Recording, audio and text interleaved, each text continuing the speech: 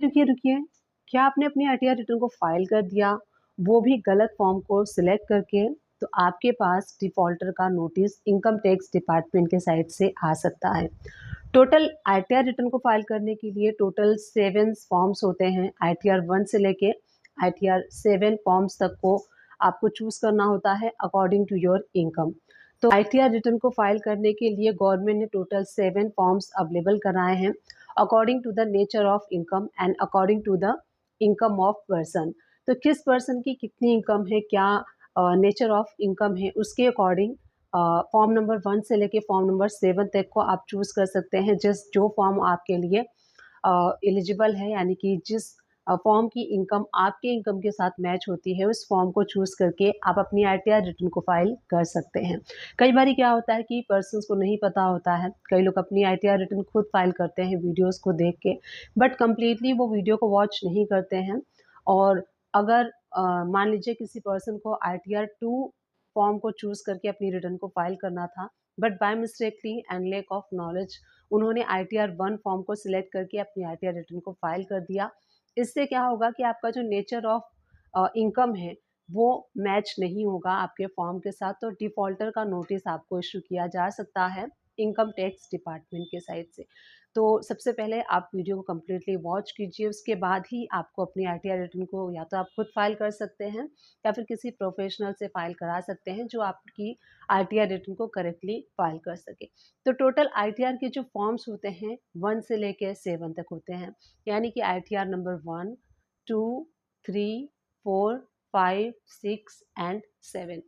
तो इस वीडियो में हम डिस्कस करने वाले हैं कि आईटीआर 1 से लेकर 7 फॉर्म किन-किन पर्सन को यूज़ करना चाहिए। क्या ऐसा आपका नेचर ऑफ इनकम है जो कि फॉर्म के साथ मैच होगा और आप अपनी आईटीआर रिटर्न को फाइल कर सकते हैं। देखिए, आईटीआर फॉर्म्स जो है वो तो हमने डिस्कस कर लिया है कि 7 आईटीआर फॉर्म्स होते हैं।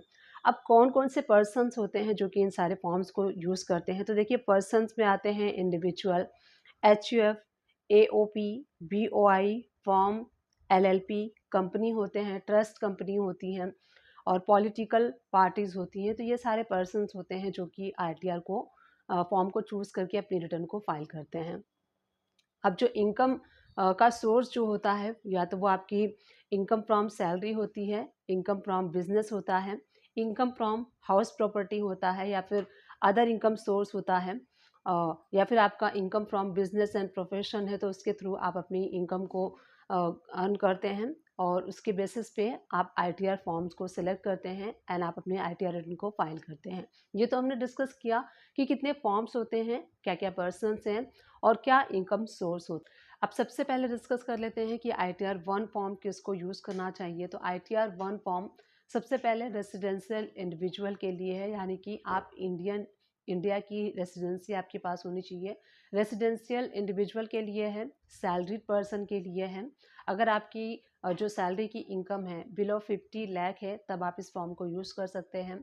एक हाउस प्रॉपर्टी होनी चाहिए, इनकम फ्रॉम हाउस प्रॉपर्टी होनी चाहिए। अगर आप एफडी आपने करवाई है किसी बैंक में, तो अगर आप इंटरेस्ट अर्न करते हैं तो भी आप कर सकते हैं। एग्रीकल्चर इनकम आपकी 5,000 से नीचे है, तब भी आप कर सकते हैं। इस साल से ऐड किया गया है, अब आप आईटीआर 1 में एलटीसीजी इन्वेस्टमेंट दिखा सकते हैं अगर आपने लॉन्ग टर्म कैपिटल गेन में, क्योंकि काफ़ी सारे सैलरीड पर्सन जो होते हैं वो लॉन्ग टर्म कैपिटल गेन यानी कि शेयर मार्केट में इन्वेस्ट करते हैं। और अगर आप शेयर मार्केट में इन्वेस्ट करते हैं और आपने प्रॉफिट अर्न किया है 1.25 लाख तक का, तो भी आप आईटीआर 1 फॉर्म को चूज़ करके अपनी आईटीआर रिटर्न को फाइल कर सकते हैं। तो अभी हमने डिस्कस किया कि आईटीआर 1 फॉर्म को कौन यूज़ कर सकता है। अब आईटीआर 1 फॉर्म को कौन यूज़ नहीं कर सकता है, तो इसी का अपोजिट हो जाएगा।